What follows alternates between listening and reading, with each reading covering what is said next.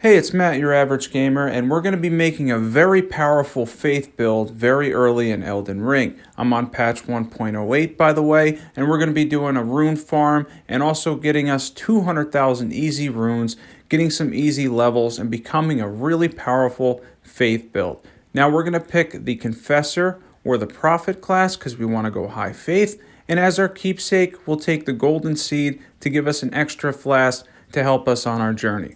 Now we're going to start at gate front here because I generally do. If you don't know how to get to gate front, it's just northeast of where you start and you'll be able to find it very easy. We're going to grab the map and then we're going to head to Caelid Lake north side of Grace. And the reason we're going to head there is because we're going to end up going to the ravine that's in Caelid Lake. I'm going to show you on the map in a second where that is, because we want to see Patches and there's something we need from him. So we're going to have to fight an NPC invader. Don't worry though, we're going to get some help for this. And just before we continue, if you're not subbed and you love overpowered PvE builds or this ends up helping you, definitely hit that subscribe button. This channel has been growing a lot lately. It's been awesome.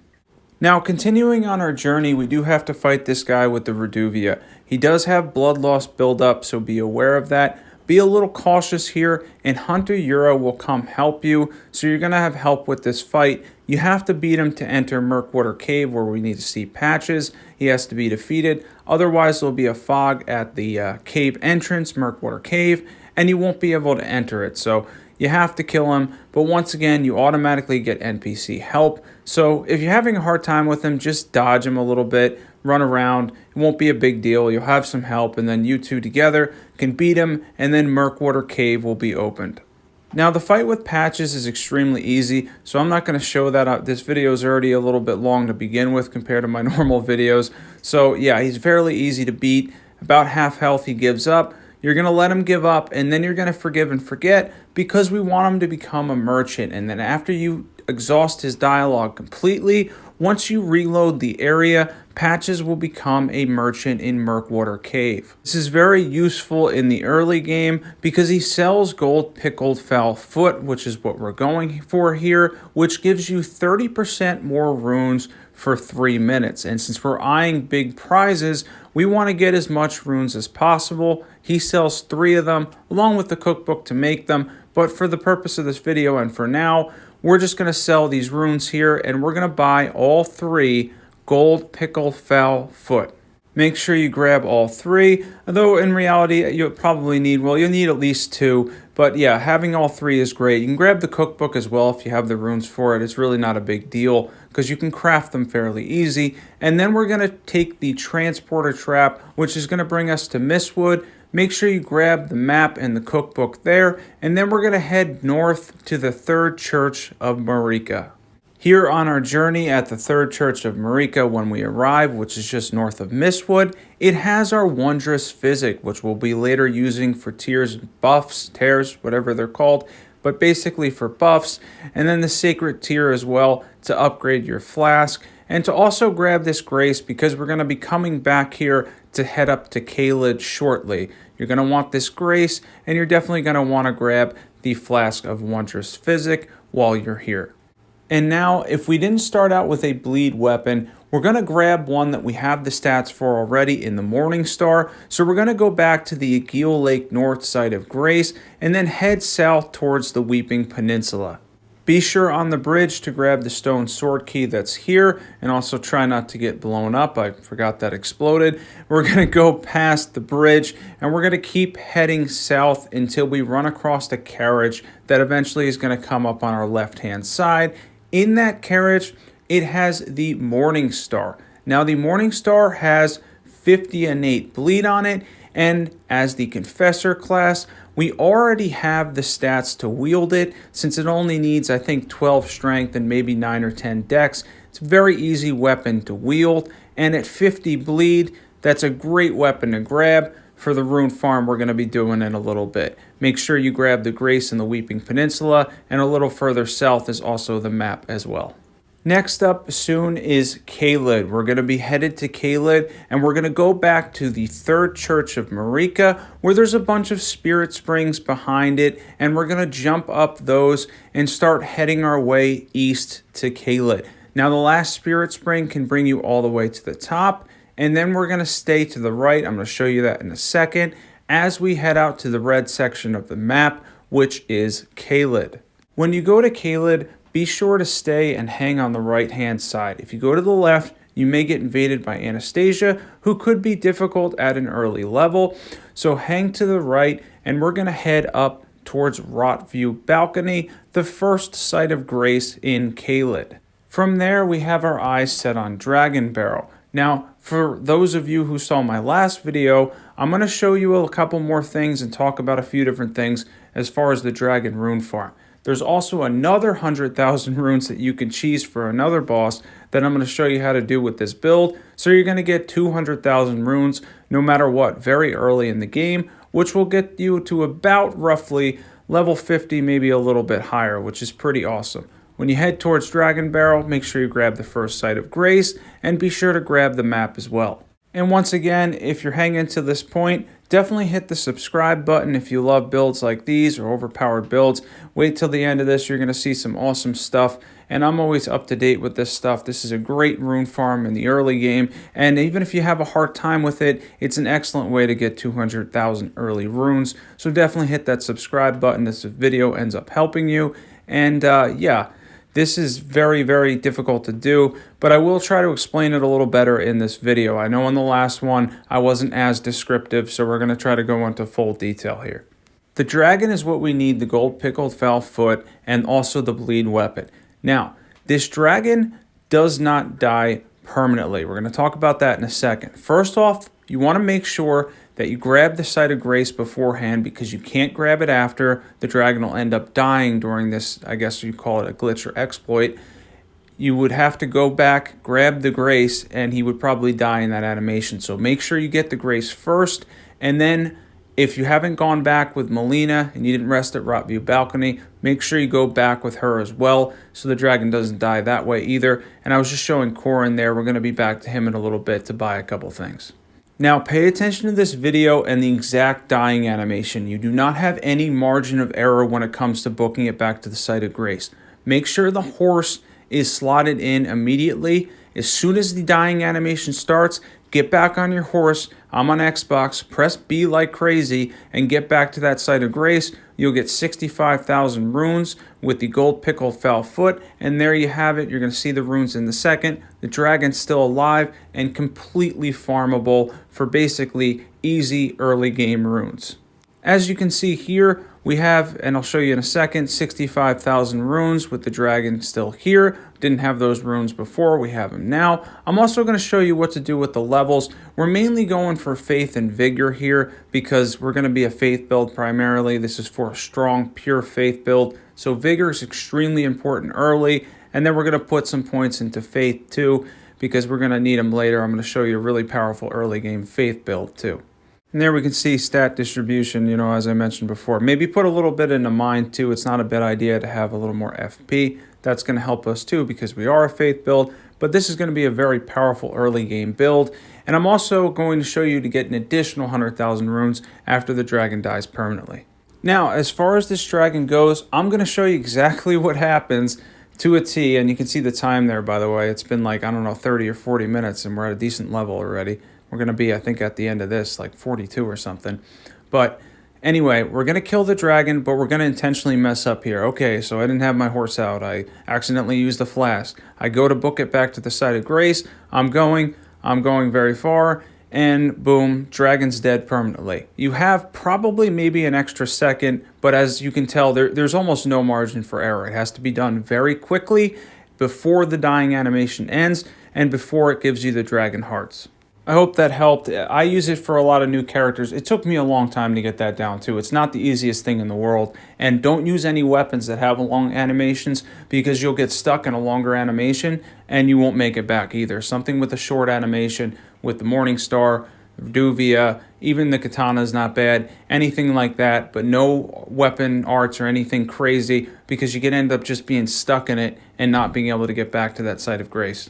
And now we're at a decent level. I want to buy both fire things from Corin. Corin's going to be useful for us later because you can give him books. And later we're going to turn this into a really cool Black Flame build early in Elden Ring. But to get Black Flame, the first couple incantations, we do have to get to Stormville Castle, which means beating Margit. So we're going to grab those 2 spells because we got to fight Margit first before we can enter Stormville Castle and get what we need. So we're going to go past Stormhill Shack, we're going to keep moving forward, and as you can tell, we're going to head up towards Margit, because Margit has to be beaten. We have to beat Margit, we have to get past him in order to continue this, and to eventually get Black Flame, and she's another boss for another 100,000 runes, which honestly is pretty awesome. Make sure you grab a stone sword key, by the way. We're going to need one after Margit, and then we're going to head up towards Castle Ward Tunnel. And for Margit, this shouldn't be too complicated because we're going to use Rozier, and real quick we're going to head back to the original church. If you didn't know, we're going to grab the Spirit Calling Bell so that we have summons, and we have Rozier to help us with Margit, making it very easy to get past him so that we can get the incantations we need to become a powerful faith build and Black Flame build early that's going to do a lot of damage to the early and mid game bosses and can even be used in the late game. So back at this church, we're going to grab this from Ronnie. She's going to give us the Spirit Calling Bell and the wolves. You can also get the jellyfish at Stormhill Shack there as well from the NPC there. So you can get 2 summons early. Either one is fine for the purpose of Margit. Jellyfish is a little bit tankier. Dogs do more damage. But either one's fine. And we're going to grab Rozier as well to make our lives very easy. So now we got to beat Margit, but with the collection of help that we have here, Margit's not going to be too difficult. It's going to be relatively easy with all of us. We're going to do a lot of damage to him. Rozier does some damage too, but be aware he can't take too many hits. Same thing with the dogs. But if you get in enough hits in the meantime, you won't have to worry about it, and Margit will be gone before you lose all the help that you have there, and it'll be relatively easy. Unfortunately, the incantations that we're gunning for and the one that's going to help us cheese the other boss are past Margit, so make sure you kill him. Be sure, by the way, when he goes down into the critical state to get the backstab or in the front, doesn't matter, but make sure you do that to maximize your damage. And you can use both the flame sling that you got as well as the Morning Star, because that does bleed as well, which might proc once or twice on him, and that's pretty helpful.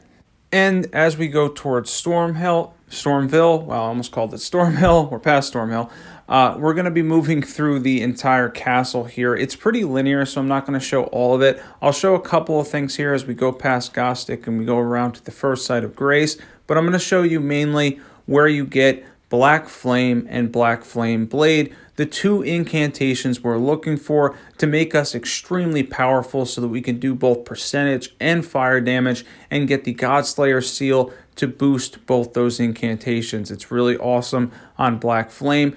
Adds damage to it, I believe 15%, and we're going to be very powerful very early. By the way, I know I mentioned this before, but if you're not subbed, definitely sub to this channel if you love overpowered PvE builds, or if this video ends up helping you in general, and I think it will. This is a great rune farm early on once you get the hang of it. And then the other boss I'm going to show you how to cheese for the other 100,000, very easy. By the way, make sure you get the key, and we're going to head towards Rampart Tower, Site of Grace. And once we're at the Rampart Tower, Site of Grace, the main thing we're going to do is after you get past all the eagles and stuff, there's an elevator shortcut that we're going to take, and then I'm going to show you from the elevator shortcut how you get Black Flame and Black Flame Blade in Stormville Castle, which is going to be the main primary thing. Black Flame itself is going to be what we're using mainly to do a ton of damage and kind of dominate the early game and become really powerful as a faith build really early in Eldenring. So be sure to jump down and grab that elevator, and we're going to go through that elevator, and that's going to bring you back to the Rampart Tower, Site of Grace, which you're going to see ahead. And as we come back down this elevator, we're actually going to be heading back out in a second to the main courtyard, because that's where we're going to get Black Flame and Black Flame Blade. Now, when we get out to the courtyard, to our left, there's going to be what seems to be a cellar full of rats. Now, be careful with these rats. They can hit you a lot very quickly. They don't do a ton of damage, but if you let them kind of like hit you a whole bunch, you might end up dying. So just try to kill them at a distance or take them on one-on-one. Otherwise, they pretty much all poke you at the same time, and it does add up to substantial damage. That stone sword key door that we're looking at and we're going to be headed to in a second is where we're going, and that has black flame and black flame blade behind it in 2 chests. And all we need to get to it now is the stone sword key that we picked up, I think 2 of so far. And we're about to get one of my favorite early game incantations in Black Flame. Now, Black Flame is awesome. It's boosted by the Godslayer seal, and what it does is it actually does a percentage of the boss's health on top of fire damage. Fire damage in general is great in Elden Ring, and then having the percentage damage on top of that is just amazing. It's really powerful, and it's even useful in the late game. Before we get that 100k though, I want to show you how to upgrade the seal, because we want to get this seal to +3 very early to get us a little overpowered. And in order to get smithing stone 1s, we're going to head towards Limgrave Tunnels. Limgrave Tunnels is a great place to get smithing stone 1s. There's usually at least, I think, 10 there. And then the enemies in Limgrave Tunnels actually drop smithing stone 1s to begin with, so you can farm them kind of infinitely here. And we'll need a total of 12 to get it to +3 and upgrade our Godslayer seal early. Be sure to explore the cave here completely. Grab all the smithing stone 1s that they're on the wall. You can use catch flame to pretty much one-hit all of the enemies in here. They also drop smithing stone 1s. Be sure to explore everything. Kind of go about the entire Limgrave Tunnels. I think there's about 10 smithing stone 1s at least there. And then, get at least 2 or whatever more from the drops on the enemies, because we need a total of 12 to get us to +3. And then we're good. After that, we can get out of here and we can work on upgrading our weapon, which is just awesome. It's really going to do a lot of damage. Black Flame is fantastic, and getting the Godslayer seal upgraded early is really good too. Now, before we give the book to Corin, it does cost a total of around 13,000 or so runes to use, or to buy, both those incantations. So if you don't have the runes real quick, you can go to either Redmane Castle or Fort Gale, or if you didn't kill the dragon, you can kill him again. And you can actually get the dogs over here if you get their attention and then run back to all the soldiers here. They'll fight each other, and then you can just sit back passively and get like 2,000 to 3,000 runes each time, and that'll help you get what you need. And for me, I did need it because I didn't have the runes at the time. I needed the 13k, and obviously I intentionally let the dragon die earlier. So yeah, I needed the runes. Had to wait here just, I think, 2 or 3 or 4, I don't know, maybe 4 times at most. And they attack each other. Kind of collect runes passively as you sit here. This isn't too hard. Just bring the dogs back to the soldiers. You do the same thing at Redmane Castle, and they'll always battle, and you'll get free runes. Now that we gave the book to Corin and bought both Black Flame and Black Flame Blade, we're ready to upgrade our Godslayer seal to +3 and give us an additional amount of damage, and the scaling will now on Faith go from a C to a B, which is a big plus even early. Just getting this to +3 is going to do a lot more damage, and it's really going to help us in the long run, and certainly for Stormville and a little bit after that as we continue to upgrade this thing. Black Flame is really good with the Godslayer seal. Next up, we're going to go back to Fort Farith where the dragon was, and I'm going to show you how to cheese the tree avatar that's worth 100,000 runes down there with the gold pickled foul foot. Since we have Black Flame, we're going to switch all our flasks over to the blue flask for FP, and then we're going to get ready to cheese the tree avatar that's just down the spirit spring past where I'm looking. Now, this tree can be cheesed very easily with the spirit spring.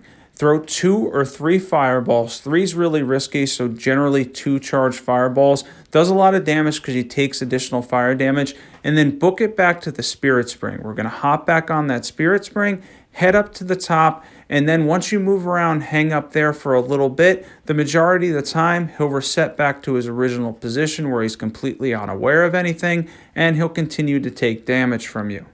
Now, the tree will continue to take damage as we go back up and down the spirit spring here. He's very easy to cheese this way, honestly. It's not too difficult. You kind of just go back and forth, wait for him to reset, throw a couple more fireballs, and it's really easy in the end. It's not too hard to do. He's very, very cheesable as long as you book it back, use the spirit spring, and get him to reset. And he resets rather frequently too. It's not like you have to wait too long. If you run back a little further, he tends to reset earlier.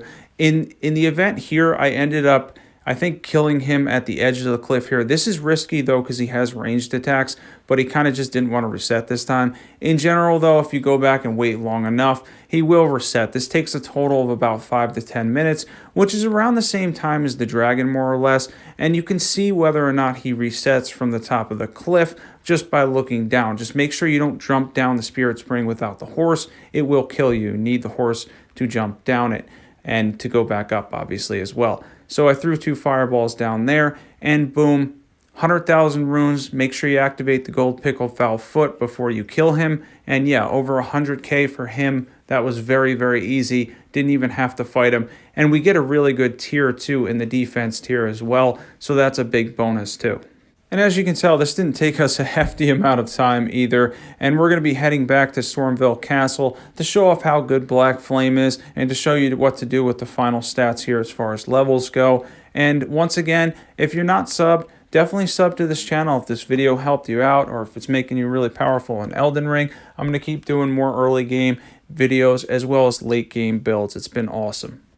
Alright, so Godrick, not going to be too much trouble for us. I'm not too worried about that. I don't know if I showed the level part or not, but I just put it back all into Faith and Vigor. Might have skipped that, I'm not sure. But yeah, it's just pretty much all Faith, Vigor, and Mine is what we're going for. Vigor is number 1 for now. Faith secondary, need at least 27 for the Godslayer seal. And let's check out Black Flame.